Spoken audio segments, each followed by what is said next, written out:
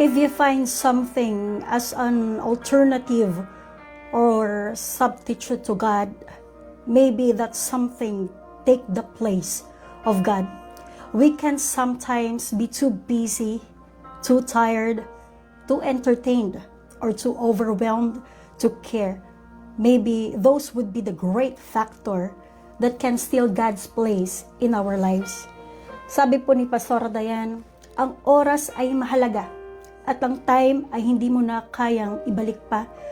In Colossians chapter 4 verse 5, walk in wisdom toward outsiders, making the best use of the time, because time is gold. This becomes a reminder for all of us that God is too precious to be taken for granted. If we just believe in God, we don't need to find something to take His place. Our topic this afternoon, sinimulan na po ng ating mga pastor, if something stealing God's place in your life. Number 1, tinuro po ni Pastora Dayan, social media obsession. Number 2, money and materialism. Tinuro po ni Pastora Cristel. Number 3, fame and influence. Number 4, yung relationship over God. At ang topic po natin this afternoon, yung number 5 and 6. It states career and success. Makipagbuklatan po tayo sa Mark chapter 8 verse 36. And it states, for what will it profit a man if he gains the whole world and forfeits his soul? May tinatawag po na secular economy and economy of God. Ang investment dito sa mundo, pwede pong mag-end into bankruptcy. Pero pag nag-invest po tayo sa Panginoon, it will inherit wealth, and that wealth is for everlasting. Sa secular economy, maaari kang malugi. Pero sa economy ng Diyos, matalino kang investor. Magaling kang investor. Dahil dito, wala kang lugi. If you do believe in God, anything you value more, anything you give time the more, is what you give more importance in your life, and that's simply just taking God's place. I therefore conclude, mga kapatid, you can make your own God if you give more importance to something else, to anyone else than God.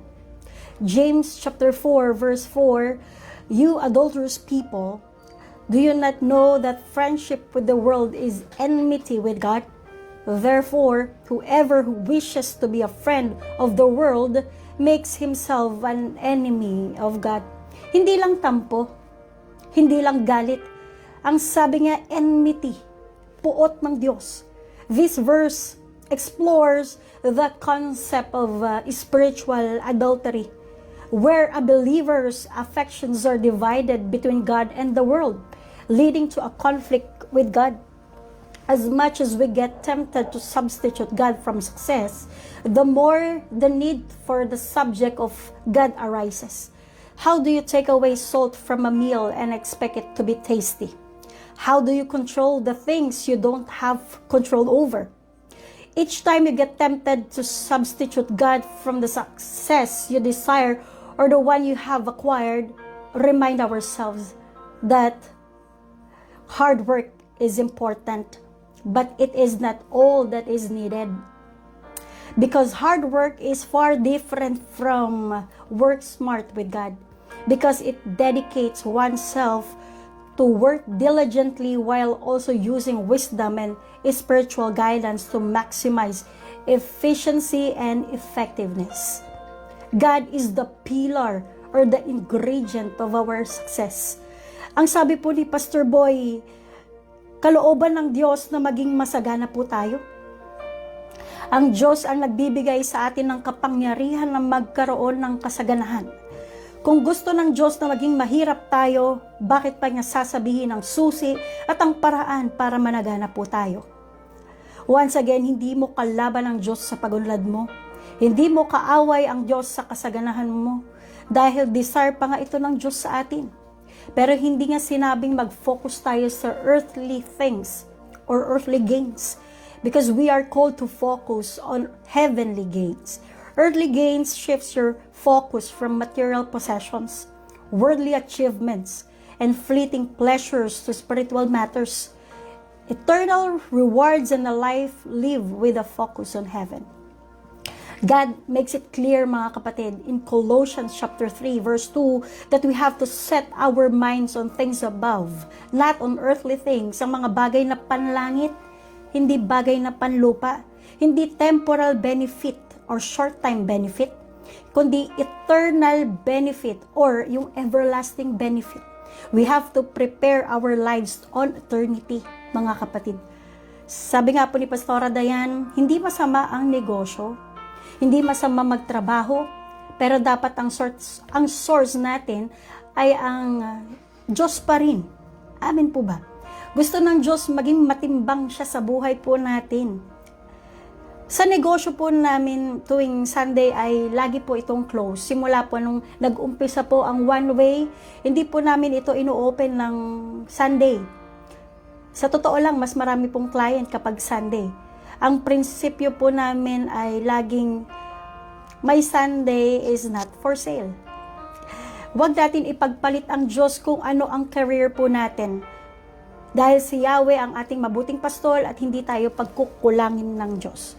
We should never compromise, especially on our faith, dahil walang excuses pagdating po sa Panginoon. Even when we face challenges, struggles, and pressures in life, it is our commitment to stand firm in what one we believe.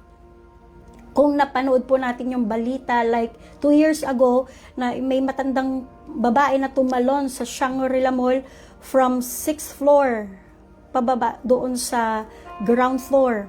Sa Shangri-La Mall, makikita po natin doon yung mga branded products, yung mga signature items like LV, Rolex at marami pa pong iba. Kinukwento po ng kaibigan ko na yung itong matandang babae po na ito ay nasa 60 years old na po. Siya po ay mayaman. Siya po ay successful person.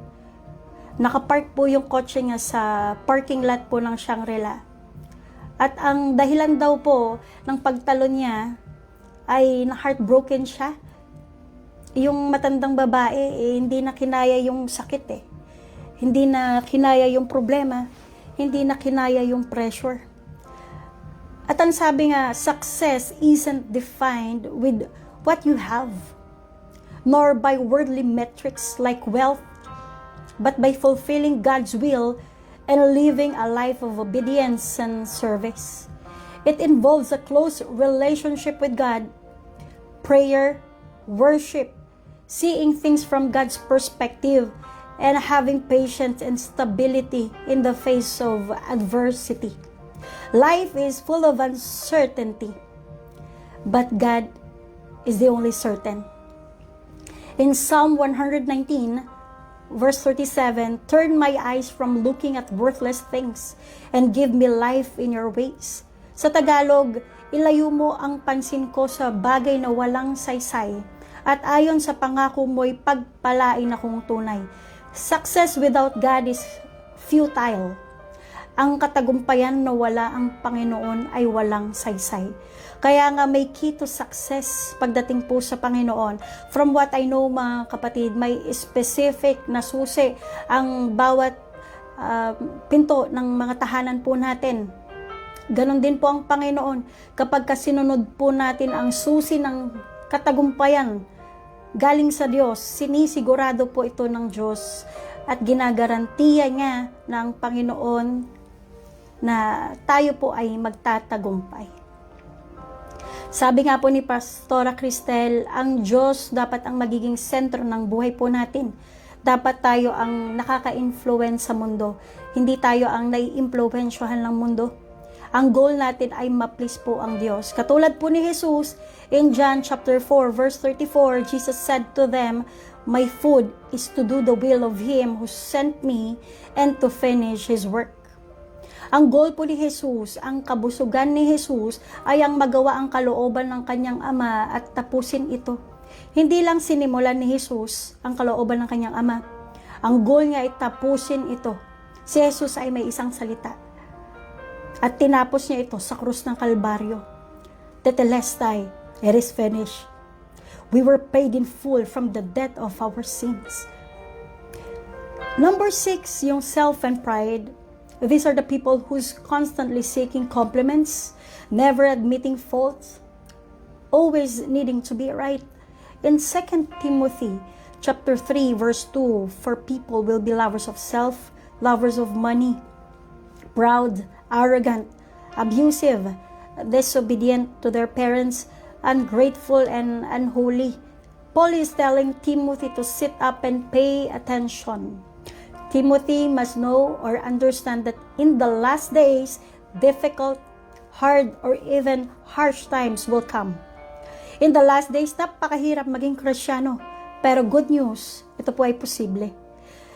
Ang self and pride, maaaring ito ang magiging dahilan ng magnakaw ng lugar ng Diyos sa buhay mo. Maaaring ito ang maging dahilan na pagwala ng puwang ng Diyos sa buhay po natin. Dahil sa iyong sarili mismo, sariling ugali, pagiging arrogante, proud sa sarili, walang ibang inisip kundi ang kapakanan, kaligtasan, seguridad ng sarili. Ang sabi po ng first commandment ng Diyos sa 10 Commandments, I am the Lord your God. You shall not have other gods besides me. God alone should be worshipped and that no other God should be given priority. If ang pinapriority po natin na ating mga sarili, then maaaring ang Diyos natin ay ang ating sarili. Dahil tayo mismo ang gumagawa ng sarili po nating prioridad. Tayo po mismo ang gumagawa ng sariling desisyon. Tayo po mismo ang gumagawa ng sarili po nating kalooban. Kung babasahin po natin ang Beatitudes, ang ibig sabihin po ng Beatitudes ay supreme blessedness.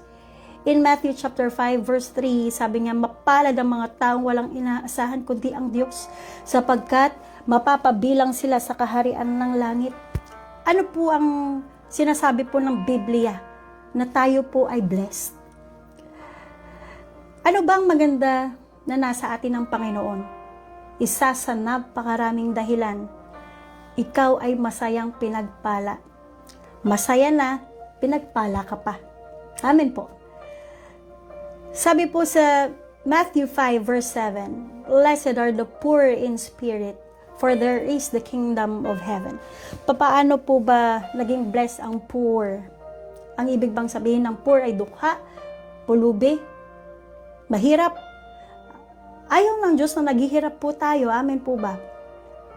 But to be poor in spirit, ibig sabihin we acknowledge God in our lives. Inaamin natin na apart from God, we can do nothing.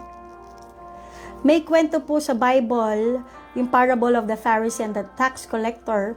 Babasahin po natin sa Luke chapter 18 verse 9. Nanalangin ng Pariseo ng righteous ang tingin sa sarili. Nilatag niya ang sarili niya sa Panginoon. 2 times daw siyang nagfa-fasting sa isang linggo at faithful siya sa kanyang mga tithes and offering. Ang isa ay namay naniningil ng buwis, tax collector, na hindi man lang makatingin sa langit habang siya'y nananalangin. At ang sabi pa ng verse na ito, dinadagukan pa niya ang kanyang dibdib. Sincere ang sorry niya sa Panginoon at humihingi siya ng tawad dahil siya po ay makasalanan. Hindi naman natin kailangan patunayan sa Diyos yung achievements po natin dahil nakikita niya po lahat yan. He is an all-knowing God. Amen po. Sabi po ng verse na ito, ni-recognize ni Lord ang tax collector na matuwid sa harapan ng Panginoon. Ang pagpapakumbaba ay ina-acknowledge natin na tayo ay nagkamali. Tayo ay nakagawa ng kasalanan. Tayo ay nagkulang. Ang pagpapakumbaba ay ina-acknowledge po natin, without God, we are nothing. We are no one. Ito ay sign ng pagpapakumbaba. Ikaw ang tunay na masaya kung ang iyong pag-asa ay hindi sa sarili mong lakas, talino o abilidad. Na anytime pwede ka mag-breakdown, na anytime pwede ka ma-frustrate. So mapalad ka, kapatid. Masaya, pinagpala ang isang katulad mo na tanging sa Diyos lang umaasa. Sabi ng Psalm 37 verse 4, sa Diyos mo hanapin ang iyong kaligayahan at ito ay iyong makakamtan. In-express ni Lord sa atin na i-priority natin siya, i-priority po natin yung gawain niya, ang ministry na pinagkakatiwala sa atin po ng Panginoon. In-express po ni Lord sa atin na i-priority natin siya sa lahat ng bagay, sa lahat ng pagkakataon. Alam ni Lord ang desire ng heart natin. Patuloy na i-improve pa natin yung ating paglilingkod. I-level up pa natin. I-upgrade pa natin ang paglilingkod sa Panginoon. And always do it for the glory of God. Mission is about the people and the souls. And the very purpose of Jesus Christ is to seek and to save the lost. The main priority of God is the soul. Because in God's eyes, we are His priority. Very important, very precious in His eyes.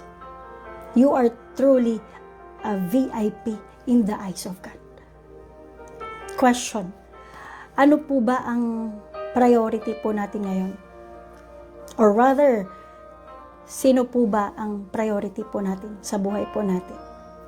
God could make everything out of nothing. But the alternative is that nothing turn itself into everything. Dito na po nagtatapos ang ating Bible study. Tayo po ay manalangin. Yes, so God, Ama, sa pangalan ng Panginoong Jesus, Lord, maraming salamat for this wonderful afternoon sa mga bagay na pinapaalala mo sa amin, sa mga bagay na tinuturo mo sa amin, Panginoon. Patuloy na turuan mo kami kung papaano ka naming i-priority. Kung papaano pahalagahan ang misyon na ipinagkatiwala mo sa amin. Tuloy na pagpalain mo, Panginoon, ang mga nanunood sa Facebook Live na ito, O Diyos. At patuloy, Panginoon, na maisabuhay namin ang bawat tinuturo mo sa buhay namin. Tuloy, O Diyos, na ibinabalik namin sa iyo ang lahat ng kapurihan sa pangalan ng Panginoong Jesus. Lahat po tayo ay magsabi ng Amen. God bless po and keep safe.